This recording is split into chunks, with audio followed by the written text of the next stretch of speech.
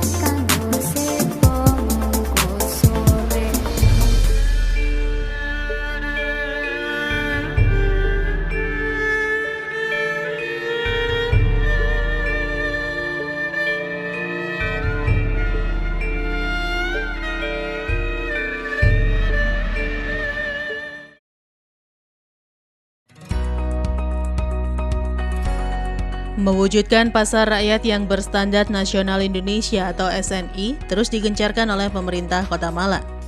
Untuk mewujudkan hal tersebut, pemerintah Kota Malang melalui Dinas Koperasi, Perindustrian dan Perdagangan atau Diskopindak Kota Malang, Senin 22 November 2021 memberikan pembinaan kepada pedagang dan pemerhati pasar rakyat di Kota Malang terkait pengelolaan pasar rakyat sesuai SNI.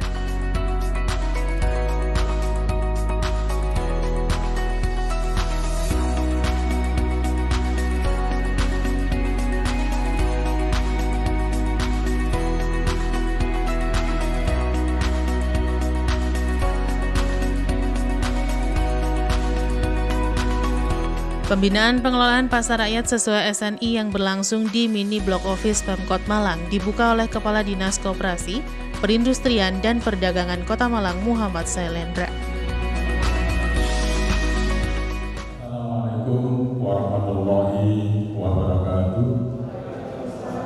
Kita pada pagi hari ini dapat menghadiri undangan dari Dinas Koperasi, Perindustrian dan Perdagangan Kota Malang dalam rangka acara kegiatan pembinaan pengelolaan pasar rakyat sesuai standar nasional Indonesia tahun anggaran 2021. Kegiatan pada pagi hari ini yang akan disampaikan oleh Bapak Kepala Bidang Perdagangan kepada Bapak Sabto Wibowo, SH MU, dipersilakan. Sebelum penyampaian materi, terlebih dahulu diawali dengan pembukaan. Kepala Bidang Perdagangan Diskopindak Kota Malang Sabto Wibowo dalam laporannya mengatakan, kegiatan pembinaan pengelolaan pasar rakyat sesuai SNI tersebut dilangsungkan selama 2 hari, yakni mulai Senin 22 November hingga Selasa 23 November 2021. Sedangkan peserta yang dihadirkan sebanyak 132 peserta dari masing-masing pengelola pasar rakyat di Kota Malang. APBD Kota Malang tahun 2021 maksud dan tujuan adalah memberikan edukasi dan motivasi kepada peserta BIMTEK dalam rangka khususnya adalah pedagang-pedagang di pasar rakyat tentang pembinaan pengelolaan pasar rakyat sesuai dengan standar nasional Indonesia. Kemudian tujuannya adalah memberikan rasa aman dan nyaman terhadap pasar-pasar yang selama ini sudah tervitalisasi dengan arah untuk standar nasional Indonesia. Demikian yang bisa kami sampaikan. Kami akhiri. Wabillahi taufiq wal hidayah. Assalamualaikum warahmatullahi wabarakatuh. Selanjutnya sambutan sekaligus pembukaan kegiatan pembinaan pengelolaan pasar rakyat sesuai standar nasional Indonesia yang akan disampaikan oleh Bapak Kepala Dinas Koperasi, Perindustrian dan Perdagangan. Kepada yang terhormat Bapak Muhammad Sailendra ST MM, kami persilakan. Alhamdulillah pada pagi hari ini kita bisa bertemu dalam rangka pembinaan pengelolaan pasar rakyat untuk berstandar nasional Indonesia atau SNI. Bapak Ibu sekalian, perlu kita cermati lagi istilah-istilah. Yang pertama itu adalah masalah pasar tradisional kah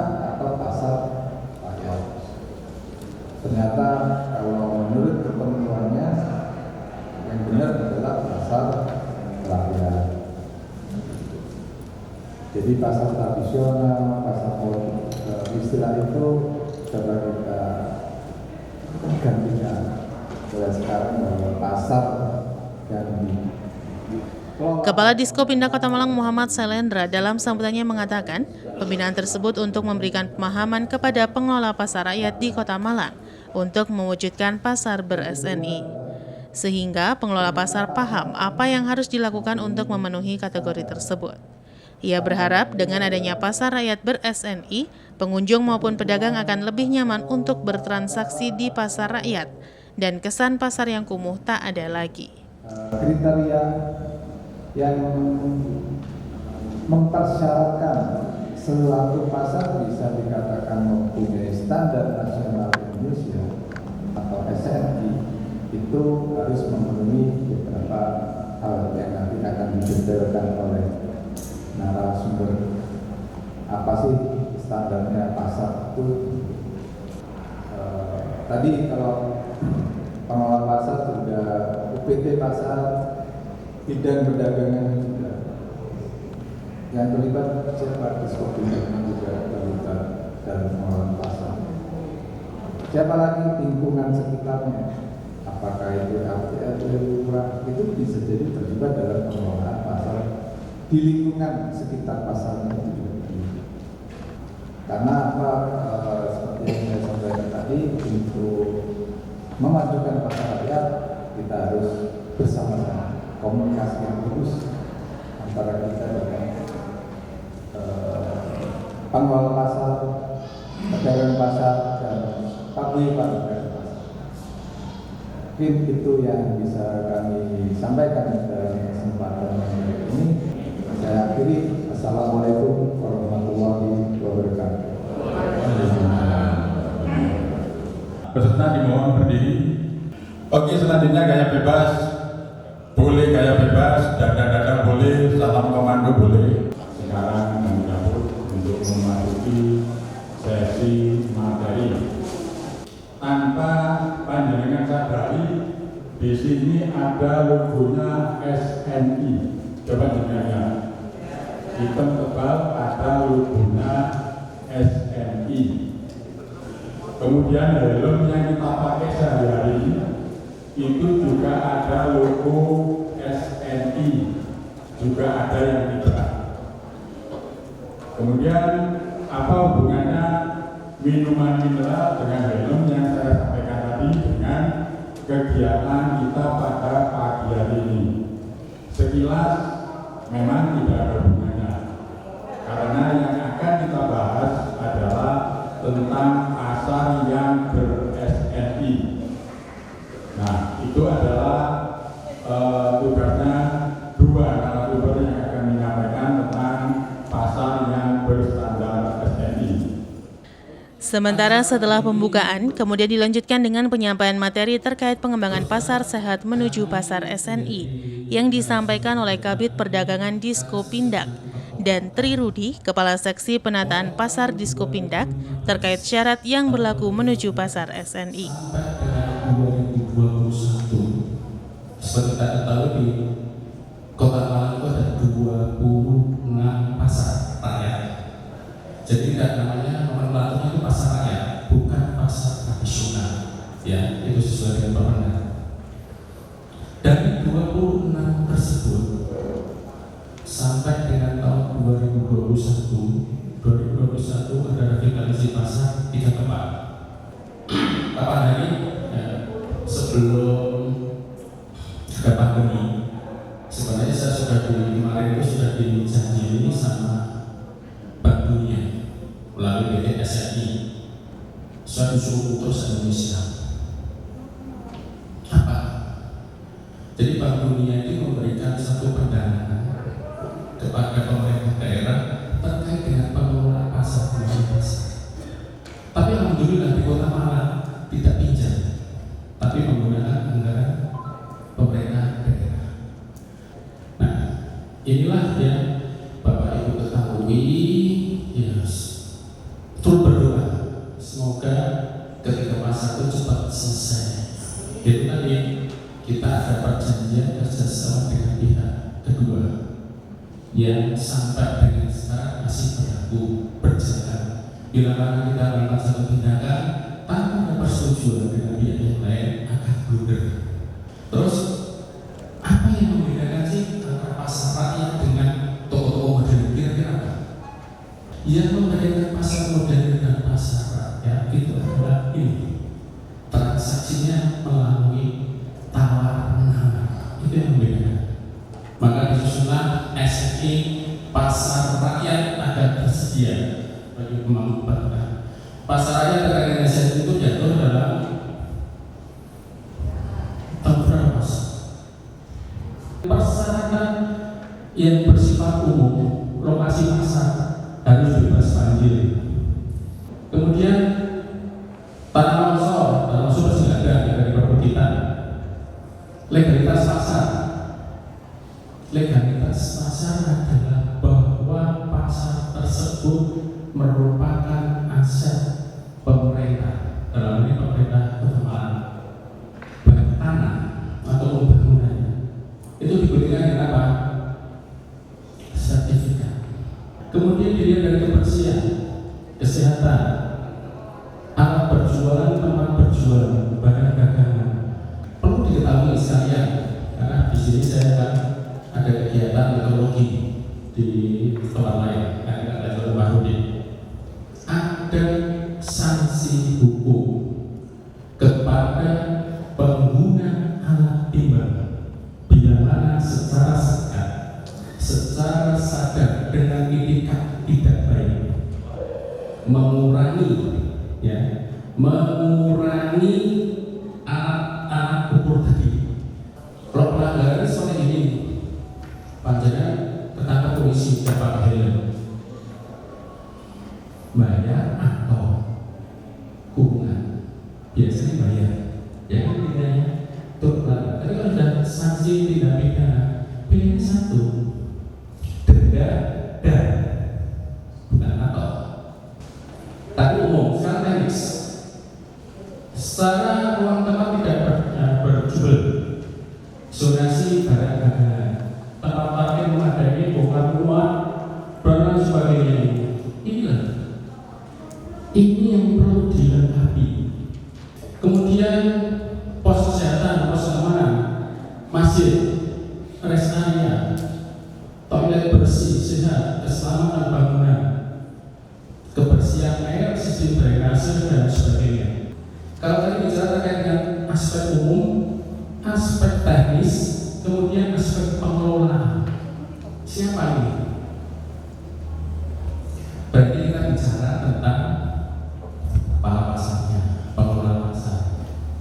Prosedur pengelolaan itu ada namanya SOP, standar operasional prosedur di pasar. Juga terkait dengan SDM pengelola pasar. Jadi di situ ada pengelola pasar. Minimal harusnya standar S1. Ini harus menjadi tantangan internasional terkait dengan SDM pengembangan. Pengembangannya siapa? Pengelola pasar dulu di latih sampai ke Bandung, sampai ke Bogor, untuk mengetahui tentang bagaimana mengelola pasar yang baik. Next, perlu Bapak ketahui dan sampai pada bahwa prinsip, panjenengan di sana ini hanya mendapatkan izin untuk berjualan, paham? Bukan hak ini. Izin berjualan ya orang itu turu di dalam tidurnya bisa. Dulu ada salah satu pasar, di situ dibangun di lantai 2-nya tempat untuk tidur. Langsung kita buka. Kemudian ada satu kewajiban penanganan. Bila mana selama 3 bulan berturut-turut tidak menggunakan tempat tersebut. Aku udah ngomongnya lagi, itu sudah disebut 3 bulan berturut-turut atau 6 bulan tidak berturut-turut. Dan siapa yang tahu pasti pengelola pasarnya harusnya ada cabut. Karena di sini di belakang banyak ngantri, sama tadi di pasar swasta tadi ngantri. Nah, lalu di sana itu bayar 1 bulan harusnya sudah dibayar, bayar setahun. Nggak harus bayar, langsung eksekusi. Silakan, karena yang ada di bawah ini saya beritahukan apa? Ya kita saling sinergi, kebersihan, kesehatan itu hampir sama. Ya, sama. Itu Bapak Ibu. Next, pakai semua yang terkait dengan aspek secara umum, teknis, pengelolaan sudah bisa dijawab di pasar Purworejo. Itu Bapak Ibu, sementara yang bisa kami sampaikan, kami harapkan satu ada kerjasama. Mau ayo saling ngomong. Yang penting ada satu koordinasi. Koordinasi sudah diucapkan, tapi ya harusnya mudah untuk dilaksanakan. Nama saya Muhammad Bahari dari Pasar Induk Bajang. Apakah pemerintah itu tidak bisa melaksanakan untuk mengimbangi daripada hulu tersebut? Artinya, ketika pemerintah itu memutuskan antara PKS-nya itu tadi Bapak sudah sampaikan akan menutup dalam hukum. Apakah pemerintah tidak ada untuk mewakili pemerintah untuk mengimbangi tentang hukum itu sendiri untuk memutuskan perjanjian bersama itu? Ada suatu hal-hal bila mana para pihak setuju mengakhiri perjanjian tersebut, para pihak, kalau kita bicara para, kan dua pihak setuju pengakhiran, dia selesai tanpa permasalahan. Yang menjadi permasalahan bila mana salah satu pihak itu tidak setuju untuk mengakhiri perjanjian. Paham ya? Yang kedua melalui perubahan adendum perjanjian. Nah, adendum itu juga harus ada kesepakatan antara pihak. Untuk sepakat pasti ada perlu pembicaraan yang tidak hanya 1-2 kali pertemuan. Yang ketiga, pengakhiran melalui cara hukum. Dengan cara apa? Di pasal 1266 KUH Perda. Karena ini kan kaitannya dengan perjanjian itu perdagangan. Harus ada pengakhiran dengan putusan hakim yang bersifat inkrah. Inkrah adalah keputusan hakim yang bersifat tetap. Nah, ini nanti sebentar lagi ada perubahan terkait dengan tarif restitusi. Tinggal nunggu disahkannya Perda baru pengganti Perda 3 2015. Demikian Bapak mohon maaf. Selanjutnya Bapak Sabta menyesuaikan dengan kegiatan di tempat lain. Kami persilakan dan bersiap-siap kepada narasumber yang berikutnya, yang kedua. Pendanaan untuk pembangunan pasar itu ada juga dari bantuan provinsi untuk pasar yang menggunakan bantuan, yaitu pasar Kedungana, Pak Ibu. Dalam dana yang menggunakan APBN, mungkin saya pernah menjelaskan di teman-teman di pasar Kota Lama ya. Pasar Kota Lama sekarang ini menggunakan dana tugas pembantuan. Persyaratan menggunakan kita memperoleh dana tugas pembantuan tentunya banyak sekali. Yang salah satunya bahwa wali kota menandatangani di dalam persyaratan itu apabila setelah direvitalisasi pasar tersebut harus segera didaftarkan menjadi pasar ber-SNI. SNI yang dipersyaratkan adalah SNI 815 tahun 2015 yang persyaratannya ada persyaratan umum, persyaratan teknis dan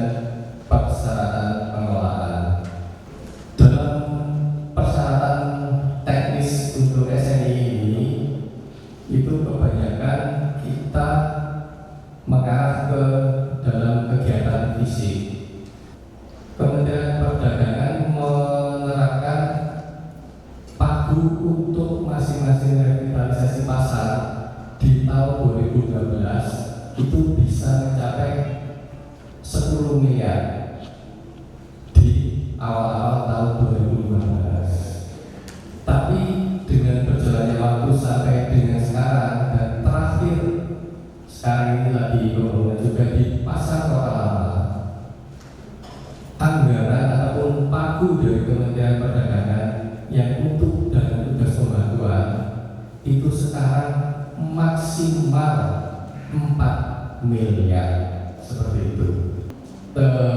Dari teman-teman pedagang pasti komunikasi dengan teman-teman pedagang di daerah-daerah sekitar kita, di pasar Kabupaten Malang ataupun pasar Kota Batu, itu ada beberapa pasar yang akan dibangun. Contohnya di pasar Batu ataupun pasar Lawan. Itu rencana mereka memperoleh APBN itu sekitar hampir 200M. Itu bisa dipenuhi oleh pembangunannya tidak oleh Kementerian Perdagangan tapi oleh PUPR. Kami selaku dinas eksekutor pembangunan pasar di Dinas Kopinda memang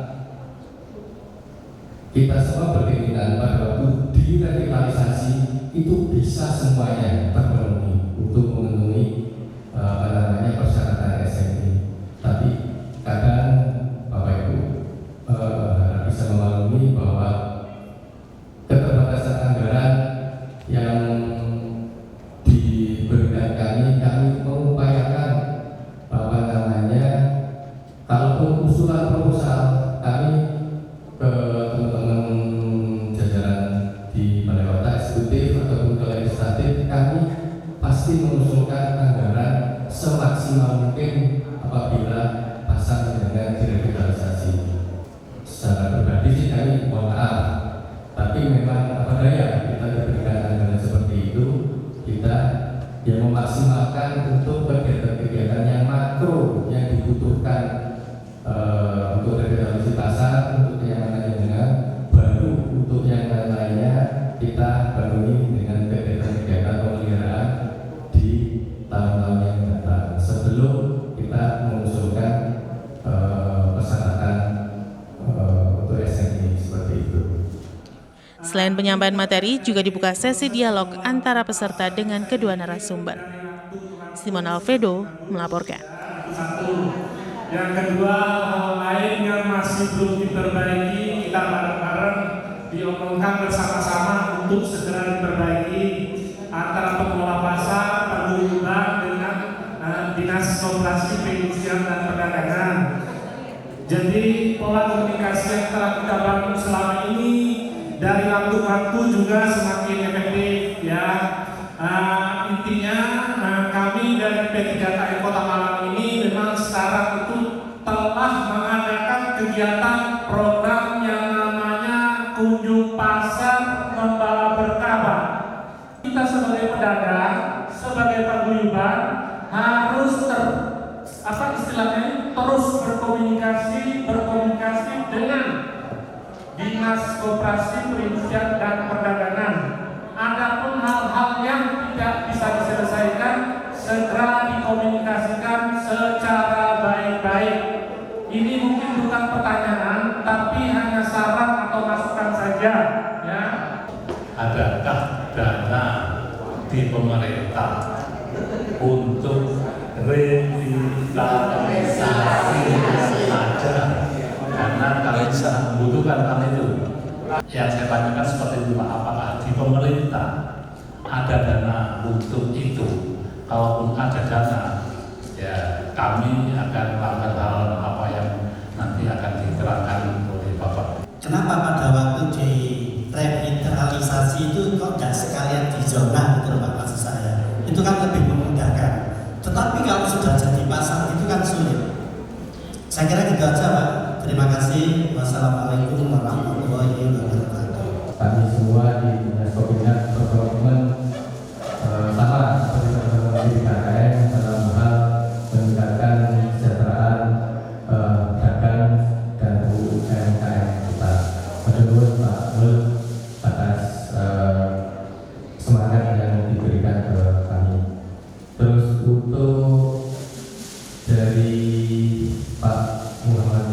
informasi dari pasar itu yang ada di Pati. Adakah anggaran revitalisasi di pemerintah kota Malang? Saya jawab, ada Pak, anggaran revitalisasi. Tapi kami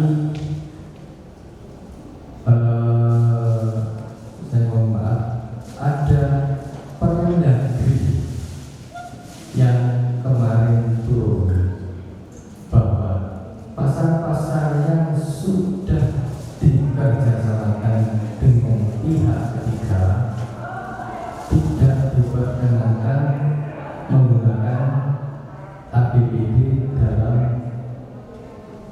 revitalisasi tersebut. Seperti itu. Tapi anggaran untuk revitalisasi ada Pak. Kami berikan kepada pasar-pasar yang istilahnya tidak terikat dengan perjanjian. Seperti itu Pak.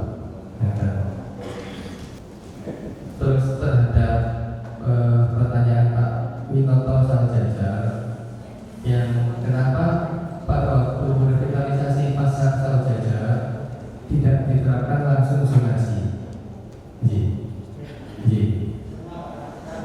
Terus semua pasar seperti itu. Memang Pak, salah satu tujuan SMK pasar adalah pemerintah pasar yang ada di Indonesia dengan tetap mempertahankan kearifan lokal daerah Pak. Kami kenapa tidak menerapkan SNI secara frontal seperti itu? Karena bisa berbalik. Sasaran dari tujuan dari SNI saya adalah tetap mempertahankan kearifan lokal. Dalam rangka untuk pembinaan pengelolaan pasar rakyat menuju SNI, akan kita undang pengelola pasarnya dan juga pedagang pasar, paguyuban pasar, supaya mereka paham SNI itu seperti apa, terus bagaimana menuju ke arah SNI, syarat-syarat yang dipenuhi, apa yang harus dilakukan. Kita berikan masukan-masukan kepada mereka, dan kita juga untuk menuju pasar rakyat ber-SNI. Sejauh ini di Kota Malang sudah ada berapa Pak yang dari pasar rakyat? Pasar Orodo aja ini. Satu ya. Upayanya sendiri seperti apa Pak dari tindak ke arah situ? Yang kita lakukan juga yang melalui pembinaan seperti ini. Terus secara fisik ada revitalisasi pasar, pemeliharaan pasar, perbaikan ya pasar-pasar di Kota Malang. Pedagang apa sih Pak kalau sudah SNI? Ya, mereka pasti akan lebih nyaman. Sebetulnya harusnya lebih nyaman karena sudah ditata, sudah kita perbaiki sarana prasarananya, terus mereka tempat jualannya juga lebih bagus. Ya harapannya kalau sudah nyaman kan mereka berdagang lebih enak, bisa meningkatkan penjualan mereka. Kegiatan pembinaan pengelolaan SNI ini dilaksanakan selama 2 hari, Senin dan Selasa 22 dan 23 November 2021 ini sejumlah 132 peserta yang dibagi 2 gelombang, 2 hari.